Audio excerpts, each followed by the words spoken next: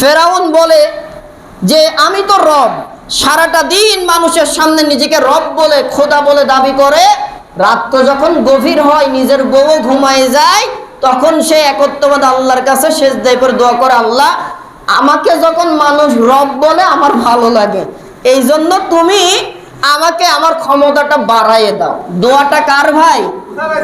না না, ফেরাউনের দোয়া। সারাদিন ফেরাউন দোয়া করে, মানুষকে বলে আমিই রব, আর রাত যখন গভীর হয় নিজের বউ ঘুমায় যায়, তখন ওই আল্লাহর কাছে চাই, আল্লাহ তুমি জানি তুমি একমাত্র রব, তুমিই স্রষ্টা, তুমিই দ্রষ্টা, কিন্তু মানুষ আমাকে রব বললে আমার ভালো লাগে।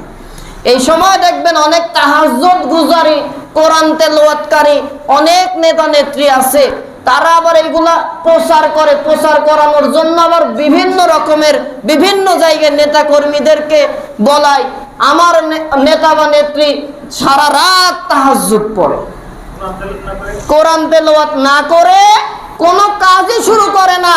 যারা এই কাজ করে, সামান্য ছাত্রদের আন্দোলনে 900 ছাত্রকে নেট বন্ধ করে হত্যা কি করে তিনি কি করে?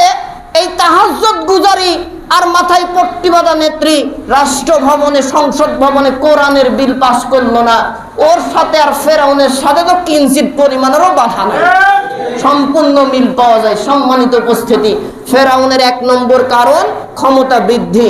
এই জামানার ফেরাউনরা ওই তাহাজ্জুদ পড়ে পড়ে আল্লাহর কাছে চায়, আল্লাহ ওর হায়াত পর্যন্ত ওর চাওয়া পূরণ করে। নবীজি দাওয়াত দিতে গেলেন, রাসূলুল্লাহকে কাফেররা কি বলতো ভাই জানেন আপনারা? পাগল, জাদুকর, গণক বলে গালি দিত। এই জামানায় কোরআনের কথা বলতে গেলে ফেরাউন আর আবু জাহেলের উত্তরসূরিরা পাগল, জাদুকর, গণক বললে মানুষ তো মানবে না, কারণ মানুষ বোঝে সবই, এই জন্য তারা রাজাকার বলে উপাধি দেয়। কথা কি বুঝতে পারছেন ভাই? নব্য যুগের রব্য রাজাকার দেয়। এটা যদি কোরআনের কথা বলতে গিয়ে একবার না 1000 বার রাজাকার হতেও ইমানদারের বাধা আসবে না। ইমানদাররা কোরআন আর রাসূলুল্লাহর আদর্শ নিয়ে দুনিয়াতে চলবে, কোরআন আর রাসূলুল্লাহর আদর্শ সংসদে চালু হবে, এই কাজ করতে যাবে। প্রয়োজনে বিশ্ব বরেণ্য নেতাদের মতো ফাঁসির কাস্টে 1000 বার ঝুলে শহীদ হতে প্রস্তুত, বাতিলের কাছে মাথা নত করতে প্রস্তুত থাকে না। এটাই ইমানদারের আচরণ। সম্মানিত উপস্থিতি, আল্লাহ রাব্বুল আলামিন 24 নম্বর আয়াতে কারিমা সূরা তাহার নাজিল করে দিয়ে মুসাকে আদেশ করলেন, ইযহাব ইলা ফিরআউনা ইন্নাহু তাগা। ও মুসা, তুমি ফেরাউনের কাছে যাও, সে নিজেকে রব দাবি করে, মাবুদ দাবি করে, সীমা লঙ্ঘন করে ফেলেছে ফেরাউন তথা ওলীদ ইবনে রায়্যান, সে কাফের ফেরাউন, সে সীমা লঙ্ঘন করে ফেলেছে। ওর কাছে যাও, আমার দিনের দাওয়াত নিয়ে যাও। ঘোষণা কার ভাই? একটু জোরে বললে কি গুনাহ টুনা হবে নাকি? কার ঘোষণা? কাকে দিলেন নির্দেশনা? মুসাকে। কার কাছে যেতে? ফেরাউন তো এলাকার মুসার প্রতিবেশী নাকি? কে ফেরাউন? কে? জি, মিশরের ওই সময় রাষ্ট্রপ্রধান। আসলে তার নাম ফেরাউন নাকি? কি নাম? ওয়ালিদ ইবনে রায়্যান। ওই সময়ের কাফের, নিজেকে মাবুদ দাবি করেছে, রব দাবি করেছে। আল্লাহ রাব্বুল আলামিন বলেন, মুসা তোমাকে আমি আল্লাহ তাআলা এত বড় করেছি, নিরাপত্তা দিয়েছি, নবুয়ত দিয়েছি, আসমানি প্রধান একটা কিতাব তাওরাত নাজিল করেছি। এইবার তোমার মূল মিশন, মূল ভিশন, মূল কাজ কি হলো মুসা? দুনিয়ার মানুষের কাছে দাওয়াতি কাজ করেছ, আপত্তি নাই। এইবার যাবা দেশের রাজার কাছে, কারণ দেশের রাজা প্রধানমন্ত্রী যদি ঠিক হয়ে যায়, ওই দেশে ইসলাম প্রতিষ্ঠা হতে 1 মিনিট দেরি হয় না। এইবার মুসা বলছে, আল্লাহ তুমি তো বড় কাজ করতে আমাকে দিলা, আমার তো কয়টা সমস্যা আছে। কি সমস্যা? 1 নম্বর, আমি যখন ছোট ছিলাম এই ফেরাউন আমি নবী কি না? কারণ আমার কাছে ফেরাউন যখন একটু চুমা নেওয়ার জন্য আসতো, একটু আদর নেওয়ার জন্য আসতো, আমি তো আর কাফেরের গালে চুমা দিতে পারি না। তার মানে ওই সময়ে নবী আলাইহিস সালাম আদম থেকে শুরু করে যত নবী আসছে কাফেরদের সাথে আতাত করেনি। আর আমরা কাফেরদেরকে বন্ধু না বানালে, ভারতকে বন্ধু না বানালে নিজেদের চলেই না। আমি কি বুঝাতে পারছি ভাই? সম্মানিত উপস্থিতি, মুসা আল্লাহর পয়গম্বর, আল্লাহ রব্বুল আলামিনের পক্ষ থেকে এসেছেন আম্বিয়া পয়গম্বর। তিনি কোনোদিন কাফেরের পক্ষে না। আসিয়া এত আদর করে, আর ফেরাউন যেই মুখটা নেয় ঠাস করে চর মারে। আর নবীর চর পাওয়ার কম না বেশি? এতটাই বেশি ওর মাথা ঘুরে যায়। এবার ফেরাউন ডাক দেয়, আসিয়া রে, আমার তো ভয় হয়, এই মালই সেই মাল, এ তো আমি মারতে পারি নাই। আসিয়া বলে, কি বলো, তোমার রাজ্য পরিচালনার মোহ এতটা ধরেছে, ছোট বাচ্চাকেও তুমি একদম কোনটার সাথে গুলাই ফেলছো। মা আসিয়া বলছেন। ফেরাউন বলে, না রে আসিয়া, আমার সন্দেহ এই বাচ্চাটাই হবে আমাকে ধ্বংসের জন্য আসতে পারে, আমি আর পরীক্ষা করব। এবার কি করলো, রাজপ্রাসাদে আগামীকালকে উপস্থিত করা হবে বাচ্চাকে। দুইটা পাত্রে একটা লাল বর্ণের খাবার আর একটা লোহা গুলিয়ে লাল টকটকে করে ফেলা, দুইটাই সামনে এনেছে। দুইটা খাবার যখন তার সামনে এনেছে, মুসা আলাইহিস সালাম যেহেতু নবী, তিনি তো আর ভুল করবে না। তিনি কি ভুল করবে? তিনি কিন্তু খাবারটাই ধরতে গেছে। আর আল্লাহ তাআলা জিব্রাইলকে দিয়ে বলে, জিব্রাইল তাড়াতাড়ি হাত ঘোরা, মুসা যদি আজকে খাবারে হাত দেয় ওর এখানেই কিচ্ছা খতম হয়ে যাবে, ওর আর নবুয়ত পাওয়া যাবে না। কি কর, হাতটা ধরে আগুনের লোহার বর্ণের টুকরার কাছে দিয়ে দে। ঠিক তাই, টুকরা নেওয়াও সারা, মুখে দেওয়াও সারা, সাথে সাথে আলা জিব্বা পুড়ে গেল। মুসা আলাইহিস সালাম তখন থেকে আর স্পষ্ট করে কথা বলতে পারে না। কথা কি বুঝলেন তো ভাই? মুসা আলাইহিস সালাম কথায় জড়তা আসলেন, এই জন্য যাদের মুখের কথায় জড়তা, মেজাজ তাদের গরম হয়। এক কথায় একবার বলবে, যদি বুঝতে না পারে খবর আছে, চট করে রেগে যাবে। মুসা আলাইহিস সালাম এই কারণে যখন সাবালক হয়ে গেলেন, রাজপ্রাসাদের প্রাঙ্গণে বাজারে একজন ফেরাউনের লোকের সাথে সাধারণ একজন ক্রেতার ঝগড়া হচ্ছে। সাধারণ ক্রেতা ফেরাউনের লোক, ওনার কাছ থেকে মাল নিয়েছে, টাকা দেয়নি। মুসা হঠাৎ করে উপস্থিত সেখানে। কি ব্যাপার, কি হয়েছে, এত গ্যাঞ্জাম কেন? তখন ওই লোকটা বলছে, দেখেন মুসা, এই ব্যক্তিটা আমার কাছ থেকে পণ্য নিল, আমাকে টাকা দিল না, আমি টাকা চাচ্ছি আর ও আমাকে দাপট দিচ্ছে, তুই কি আমাকে চিনিস? আমি কিন্তু ফেরাউনের লোক। কথা কি বুঝছেন তো ভাই? আমার কথা না, আল্লাহর কোরআনের ভেতরে আল্লাহ সব বর্ণনা করেছেন। উত্তম বর্ণনা আল্লাহ নবীকে শোনাচ্ছেন। ও নবী, আপনার সময় শুধু না, কিয়ামত পর্যন্তই শুধু এই কাহিনী চলবে না, আগেও করেছে। ওই জাতের রক্ত যাদের ভেতরে আছে তারাই কিন্তু বারবার বলবে, তুই কি আমাকে চিনিস? আমি সরকারের লোক। কথা কি বুঝছেন ভাই? একটু মিলাবেন। যদি নিজের ভেতরে চলে যায়, এই নামাজ দিয়ে যদি আল্লাহর জান্নাত পেতে হয়, ওই সব জিনিসকে তালাক দিয়ে কোরআনের পক্ষে আসতে হবে। বুঝলে বুঝপাতা, না বুঝলে তেজপাতা। বুঝেও যদি না বুঝার ভান করে চলেন ভাই, নাজাতের ওসিলা আপনার জন্য নাই। সম্মানিত উপস্থিতি, ফেরাউন, মুসা আলাইহিস সালাম ওখানে উপস্থিত। কি বললা তুমি ফেরাউনের লোক, কি হয়েছে? ওর টাকা দাও। মুসাকে বলছে, দেখো মুসা, তুমি হুজুর মানুষ, এর ভিতর থাকো না, তুমি তোমার কাজে যাও, এটা আমার আর ওর ব্যাপার। মুসা আলাইহিস সালামের রাগ হয়ে গেছে, ঠাস করে এক চর মারছে। চর মারতেও দেরি, ফেরাউনের ওই জালেম স্বৈরা শাসকের সৈন্য মাথা ঘুরে পড়ে ওখানে দুনিয়ার থেকে বিদায়। সারা জায়গায় রটে গেল, মুসা ফেরাউনের লোক হত্যা করে ফেলেছে। এই নিয়ে অনেক বড় ঘটনা। যেটা বোঝাতে চাইলাম, মুসা আলাইহিস সালাম কথায় জড়তা ছিল, ওনার মেজাজ ছিল গরম। এক কথায় একবার বলবে, দ্বিতীয়বার ওনার হাত চলে। কথা কি বুঝলেন তো ভাই? এই ফেরাউনের কাছে এবার দীর্ঘদিন পরে আল্লাহ তাআলা তার দিনের দাওয়াত নেওয়ার জন্য পাঠাচ্ছে, কিন্তু মুসা তো কথা বলতে পারে না, স্পষ্টভাবে অস্পষ্ট, একাকী ব্যক্তি। এই জন্য সাহায্য চাচ্ছেন কি, ক্বালা রাব্বি শরহ লি সাদরি, হে আমার রব, তুমি আমার বক্ষকে, হৃদয়কে প্রশস্ত করে দাও। ওয়ায়াসসির লি আমরি, আমার জন্য আমার কাজকে তুমি সহজ করে দাও। যেই কাজ তুমি আমাকে দিলা গো আল্লাহ, এই ফেরাউনের কাছে আমি তোমার দিনের দাওয়াত নিয়ে যাব। একাকী মানুষ, আমার হৃদয়ের ভেতরে শক্তি দাও, আমার ভয়কে দূর করে দাও, আর আমাকে তুমি আমার এই কাজ করার জন্য সহযোগিতা করো, রাস্তাকে পথকে তুমি সহজ করে দাও। ওয়াহলুল উকদাতাম মিন লিসানি, আমার জিহ্বার সব জড়তা তুমি দূর করে দাও। আমিন বলেন। ইয়াফকাহু কওলি, যাতে করে আমার কথা ফেরাউন ও তার লোকেরা যেন বুঝতে পারে। এই সাইডটা দোয়া করলেন কে? ঘুমাচ্ছেন নাকি ভাই? কথা বলেন, এই সাইড দোয়া কে করলেন? 1 নম্বর, আমার হৃদয়কে প্রশস্ত করো। 2 নম্বর, আমি যেই কাজে যাচ্ছি আল্লাহ তোমার হুকুম, কাজটা করার জন্য তুমি পথ সহজ করে দাও, কঠিন করো না। এরপরে কথা বলতে স্পষ্টভাবে বলতে পারি না, আমার তো জিহ্বা পুরাই দেশে ফেরাউন, তুমি এটাকে কি করে দাও, কি করো? জড়তা দূর করে দাও, যাতে আমি যেই কথাগুলো বলবো এই কথা বুঝার শক্তি ফেরাউন আর তার লোককে দান করো।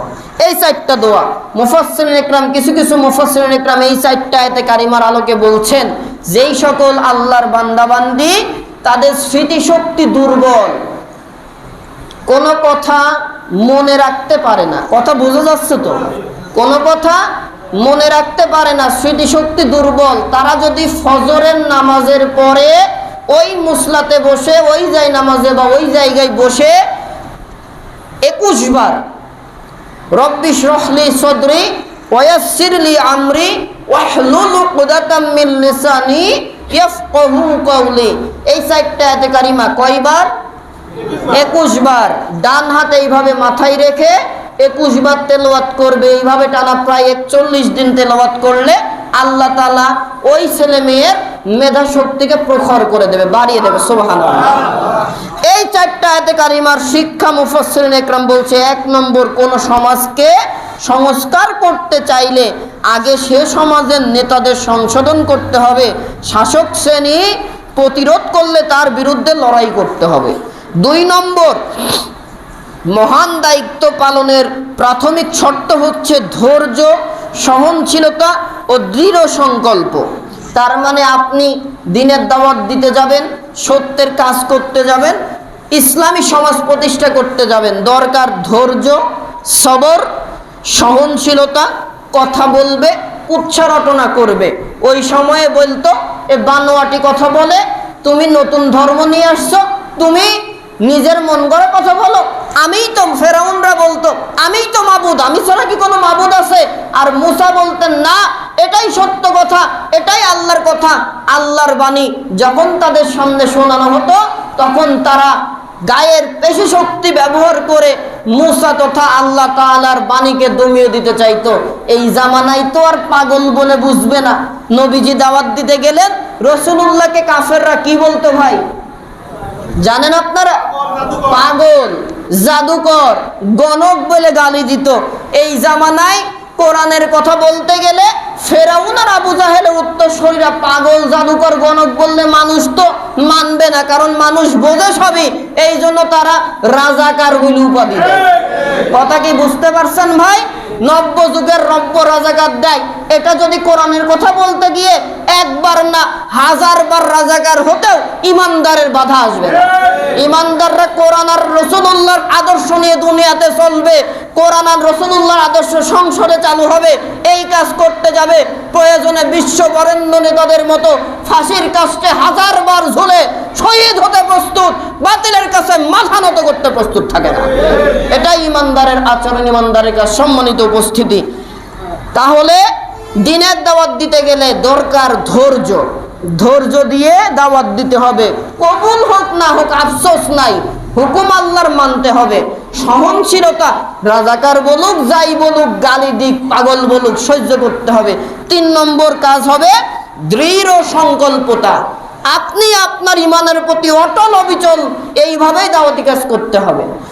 3 নম্বর শিক্ষা, এই 24 থেকে 28 5টা আয়াতে কারিমা শিক্ষা বলছি। 3 নম্বর, বড় বড় দায়িত্ব সামনে আসলে পালিয়ে যাওয়া, পরিবর্তে তা পলায়নের প্রয়োজনীয় ক্ষেত্র তৈরি দেওয়ার জন্য আল্লাহ সাহায্য চাইতে হবে। মানে বড় দায়িত্ব যখন পালন করবেন, কি বিপদ আসে না আসে এই চিন্তা করার দরকার নাই। যখন আল্লাহর পরে তাওয়াক্কালতু আলাল্লাহ করবে, আল্লাহ আপনাকে বিপদ থেকে বাঁচার পথ দেখাই দেবে। বিশ্বাস আছে তো এতে? এটাই ইমানের দাবি। 4 নম্বর শিক্ষা, ধর্ম প্রচারকদের বক্তব্য সবার কাছে বোধগম্য হতে হবে। তার মানে আমরা যারা দাওয়াতি কাজ করি, আপনারা যারা কোনো সাধারণ মানুষকে দাওয়াত দেবেন, সহজভাবে উপস্থাপন করবেন, সহজভাবে সাবলীলভাবে বুঝে নিতে হবে। তার মানে কথাটা হবে শ্রুতিমধুর, সাবলীল, বোধগম্য। আপনার কথা যদি অন্য ব্যক্তি বুঝতেই না পারে, কি মানবে? লাইট 2টা জ্বালাই দেন। সম্মানিত উপস্থিতি, এইবার আসেন মুসা আলাইহিস সালাম 1 নম্বর আদেশ আল্লাহ করল, কার কাছে যেতে হবে? কি কথা বোঝেন না? জবাব দেন। আল্লাহর হুকুম, ইযহাব ইলা ফিরআউনা ইন্নাহু তাগা। ও মুসা, ফেরাউন তাগুত হয়ে গেছে, শয়তান হয়ে গেছে, ফেরাউন সীমা লঙ্ঘন করে ফেলেছে, ওর কাছে যাও। কি জন্য যাবা? দ্বীনের দাওয়াত দিতে যাও। হুকুম কার ভাই? আল্লাহ তাআলার। এবার মুসা বলছে, আল্লাহ আমি তো যাব, আমার দুর্বলতা আছে কয়েকটা। 1 নম্বর, আমার সাহায্য করো, আমার কলিজার ভেতরে শক্তি দাও, তথা হৃদয়কে বড় করে দাও। আমি তো এমনি ধৈর্য কম, আমার সামনে যে আসে আগে আমার হাত চলে, এই জন্য আমার ধৈর্য বাড়াই দাও। 1 নম্বর দোয়া। 2 নম্বর, তুমি আমার এই কাজকে সহজ করো। 3 নম্বর, আমার জিহ্বার জড়তা দূর করো। 4 নম্বর, আমার কথা বোঝার শক্তি ফেরাউন আর তার দলবলকে দাঁড় করো। এইবার আসেন, মুসা আরো দোয়া চাইয়ে যাচ্ছে। আল্লাহ তাআলা, এই মুসা এমন একটা নবী যার সাথে কথা বলেছেন ফেরেশতা লাগেনি, ডাইরেক্ট আল্লাহ তাআলা গায়েবী আওয়াজ দিয়ে মুসার সাথে কথা বলবে। এই 2-1 জন সুবহানাল্লাহ বলেন। আর আপনারা কি ভাবেন কি বলতে হবে? গোলের সময় তো গোল বলতে কারো বাধা লাগে না, আল্লাহর প্রশংসা আদায় করতে কৃপণতা কেন? এই জন্যই তো আপনারা আজ মাইর খাবেন। মাইর কি আমরা খাবো নাকি শুধু আপনাদের ইমানে দুর্বলতা দেখে? আল্লাহর প্রশংসা আদায়ে মুখ বন্ধ করে, হুজুর কিয়ামত হয়ে যাক তাও আমি জবান খুলবো না। কিন্তু নিজের 1 টাকা জিনিস, 1 টাকা সম্পদ বাঁচাতে গেলে আমার থেকে বেশি চিল্লানো কেউ দিতেই পারে না। এটাও ঠিক নাকি? ভাব। সম্মানিত উপস্থিতি, কণ্ঠটা ছাড়বেন, প্রয়োজনে জীবন লাগলেও আল্লাহর রাস্তায় দিবেন, তাহলেই তো আল্লাহর নাজাত পাওয়া যাবে। নবী আলাইহিস সালাম ঈমান এনেছে, সাহাবা ইকরাম নবীর উত্তরসূরিরা ঈমান আনছে। ভাই, পরনের কাপড় পাই নাই, 1 কাপড়ে নামাজ আদায় করা লাগছে। খাবার 1 বেলা পেয়েছে, খাবারও পাইনি, শুকনা খুরমা খেয়ে দিন পার করা লাগছে, তাও ঈমানের থেকে দূরে সরেনি। তাদের নামাজ ছিল কি?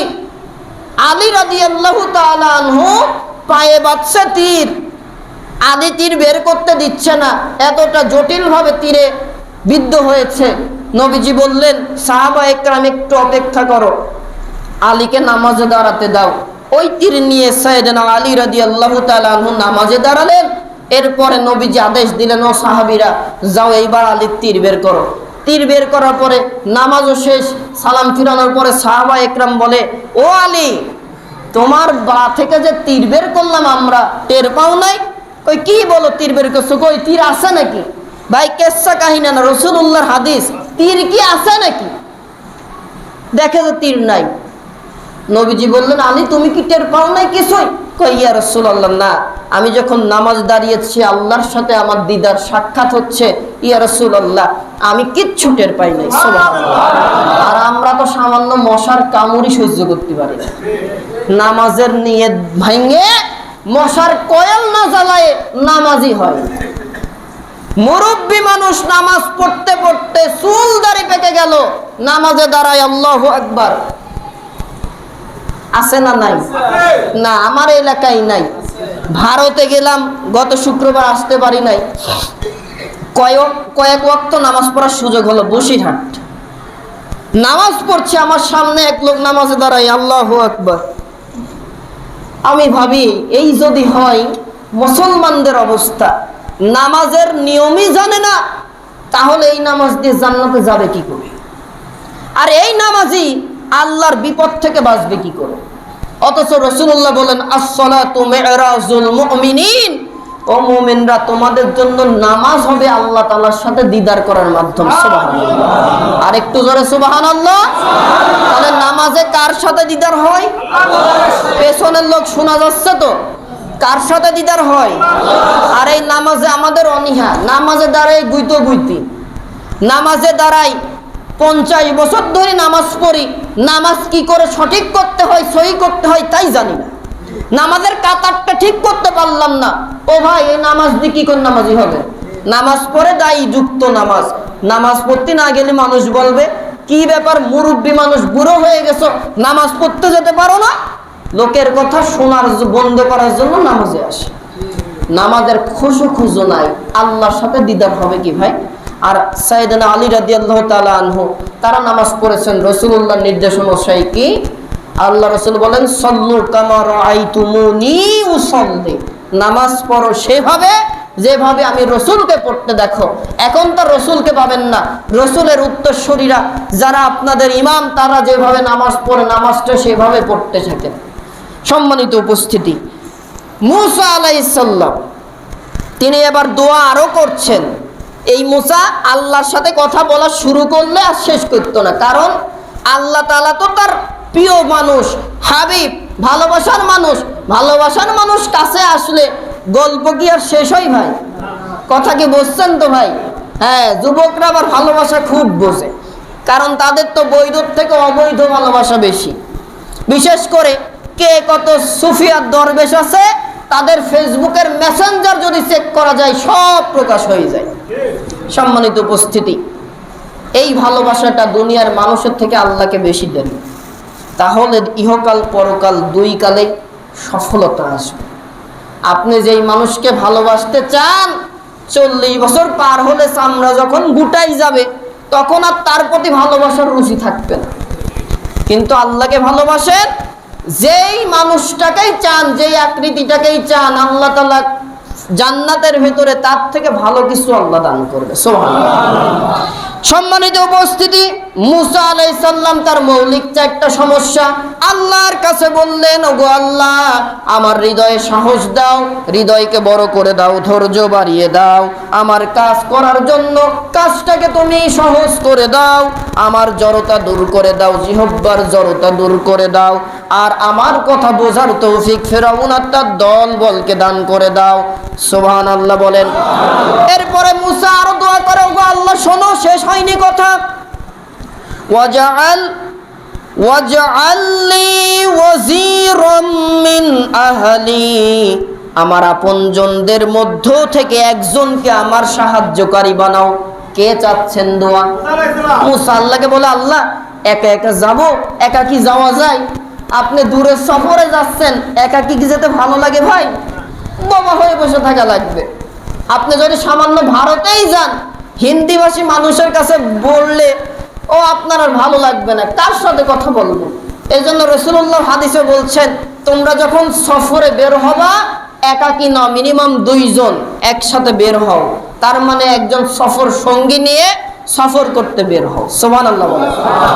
ওগো আল্লাহ তাআলা, আমি মুসা ফেরাউনের দরবারে, ফেরাউনের কাছে দাওয়াত নিয়ে যাব। আল্লাহ তাআলা, আমি একাকী যাব কিভাবে?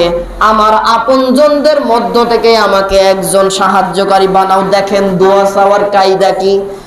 আল্লাহ তাআলা বলবে, ঠিক আছে অমুককে বানালাম। তার আগেই মুসা বলে, আল্লাহ তাআলা কোন ব্যক্তিকে, আমার আপনজনদের মধ্য থেকে কোন ব্যক্তিকে তুমি আমার সাহায্যকারী বানাবা? যাকে তাকে কিন্তু বানাইও না আল্লাহ তাআলা, তুমি মনে রাখো কি, হারুন আখি, হারুন কিন্তু আমার ভাই, আল্লাহ তুমি এটা ভুলে যাইও না। সুবহানাল্লাহ বলেন। মানে আল্লাহর কাছে চাইলেন, আল্লাহ সাহায্যকারী একজন দাও। কার দিবা? আপনজনদের মধ্য থেকে। তবে আল্লাহ, হারুন কিন্তু আমার ভাই। দেখেন, চেয়ে নিলেন।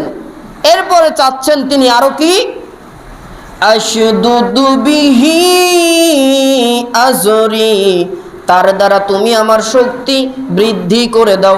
সুবহানাল্লাহ। হারুন বলছেন, বরং তুমি হারুনকে আমার সঙ্গী বানাই দাও। আল্লাহ তাআলা সব দোয়া কবুল করে নিচ্ছেন। মুসা, তোর সব দোয়া কবুল, যেহেতু তুই নবুয়ত পেয়ে গেছিস, একটা দোয়াও ফেরত যাবে না। যা, হারুনকেও নবুয়ত দিয়ে দিলাম, হারুনকে তোর সঙ্গী করে দিলাম, তুই আর তোর ভাই হারুন দুইজনই নবী হয়ে গেলি। সুবহানাল্লাহ বলেন। এবার দুইজন মিলে যাও ফেরাউনের কাছে ইসলামের দাওয়াত নিয়ে যাও। এরপরে তিনি আরো বলছেন কথা, মুসা বলে যাচ্ছে কি, ওয়া আশরিকহু ফি আমরি, হারুন আমার কাজের অংশীদার বানায়া দাও, কাইনুসাব্বিহাকা কাসীরা, যাতে করে আমরা তোমার অনেক পবিত্রতার মহিমা ঘোষণা করতে পারি, ওয়া নাযকুরাকা কাসীরা, তোমাকে বেশি বেশি স্মরণ করতে পারি, ইন্নাকা কুনতা বিনা বাসীর, নিশ্চয়ই তুমি আমাদের কার্যক্রমকে সম্যক দ্রষ্টা গো আল্লাহ। সুবহানাল্লাহ বলেন। আল্লাহ তাআলার কাছে মুসা যখন এই দোয়াগুলা করলেন, আল্লাহ তাআলা মুসার সব দোয়া কবুল করে নিলেন। আল্লাহ তার হৃদয়ে সাহস যোগালেন, জিহ্বার জড়তা দূর করলেন, কাজকে সহজ করে দিলেন। কেমন করে? আল্লাহর কাছে চাইলেন, ওগো আল্লাহ, ভাইকে আমার সঙ্গী বানাও।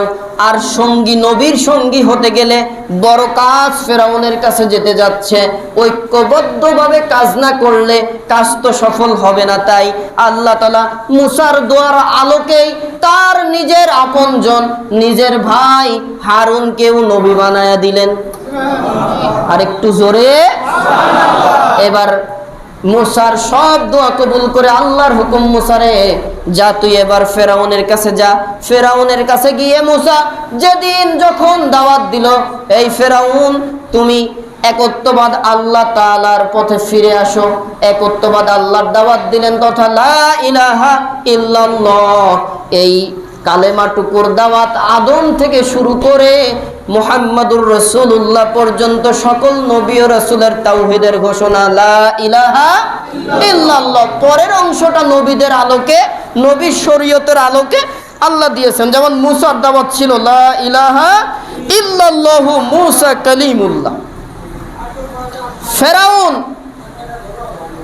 এই দোয়া, ফেরাউন এই কালেমার মানে না। কি আমার রাষ্ট্রে থাকো, তুমি তো এমনি একটা লোক হত্যা করে চলে গেছো, এবার আসছো আমাকে একত্ববাদ আল্লাহর দাওয়াত দিতে, আমি ছাড়া কি এই জমিনে আর কোনো আল্লাহ আছে? ফেরাউন বলছে মুসাকে। অথচ এই ফেরাউন দীর্ঘদিন ক্ষমতা ধরে রাখছে, কয়েকটা কারণে আল্লাহ তার ক্ষমতা বৃদ্ধি করে দিয়েছিলেন। কি কি কারণ জানেন কি?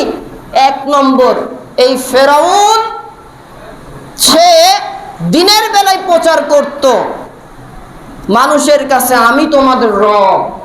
একটা মানুষকে হত্যা করত, আবার হত্যা ফাঁসির কাস্টে ঝুলা মানুষকে ছেড়ে দিত, হত্যা করে বলতো দেখো আমি মানুষকে তো হত্যা করলাম। আবার মৃত্যুদণ্ডপ্রাপ্ত আসামিকে ছেড়ে দিয়ে বলে দেখো আমি ওর জীবন দান করে দিতাম। মানুষটা সহজ সরল, আবার চাপেও পড়ে থাকে, মেনে নেয়। এরপরে ফেরাউন বলে যে আমি তো রব, সারাটা দিন মানুষের সামনে নিজেকে রব বলে, খোদা বলে দাবি করে। রাত যখন গভীর হয়, নিজের বউ ঘুমায় যায়, তখন সে একত্ববাদ আল্লাহর কাছে সেজদায় করে দোয়া করে, আল্লাহ আমাকে যখন মানুষ রব বলে আমার ভালো লাগে, এই জন্য তুমি আমাকে আমার ক্ষমতাটা বাড়াইয়ে দাও। দোয়াটা কার ভাই?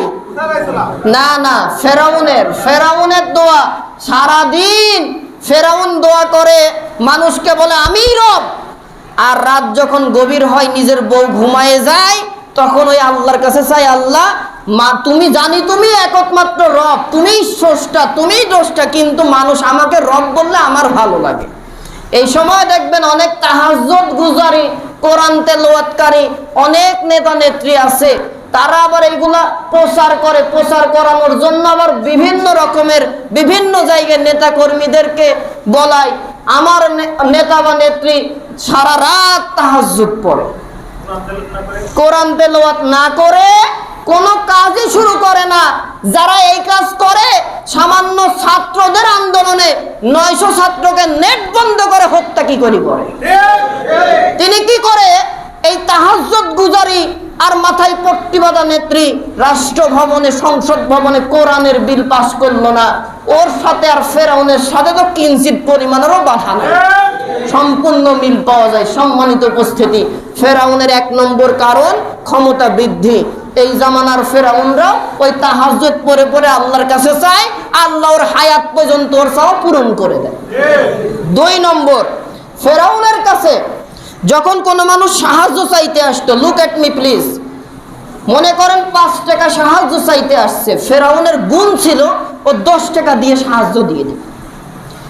এই যে দান করলো, দানের কারণে ওর হায়াতও বাড়ছে, ক্ষমতাও আল্লাহ বাড়াইতেছে।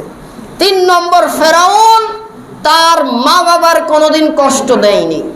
আর আজকে আমরা ইমানদার মা বাবার কষ্ট না দিয়ে থাকতেই পারি না, অথচ ফেরাউন মা বাবার কষ্ট দেয়নি। মা বাবার দোয়াতে ফেরাউনের ক্ষমতা দীর্ঘস্থায়ী হয়েছে। এই কারণগুলোর জন্য আল্লাহ তাআলা ফেরাউনকে সহজে ধ্বংস করেনি। তবে যখন ফেরাউন সীমা লঙ্ঘন করে ফেললো, মূসা গেল, মূসার দাওয়াত মানলো না, মূসার হাতের লাঠি ছেড়ে দিল। ফেরাউন পক্ষান্তরে তার জাদুকরদের সব লাঠিগুলো সারিয়ে সাপ বানানো শুরু করলো। সাপের সাপ, বড় সাপ। ফেরাউনের হাতের যখন লাঠি বড় সাপ হয়ে সবগুলোকে খেয়ে নিল, জাদুকররা স্বীকার করে নিল নিশ্চয় ফেরাউনই, মূসাই আল্লাহ তাআলার একত্ববাদ যেই দাওয়াত নিয়ে আসছেন সেটাই সত্য দাওয়াত। সকল জাদুকররা ঘোষণা দিয়ে দিল, ওই রাষ্ট্রের ওই মজলিসের মানুষগুলা ঘোষণা দিল, লা ইলাহা ইল্লাল্লাহু মূসা কালিমুল্লাহ। ঈমান নিয়ে আসলো মূসার উপরে। ফেরাউনের মেজাজ আরো গরম। কাফেরের সামনে যখন হক প্রতিষ্ঠিত হয়, ওর মাথা কি আর ঠিক থাকে ভাই?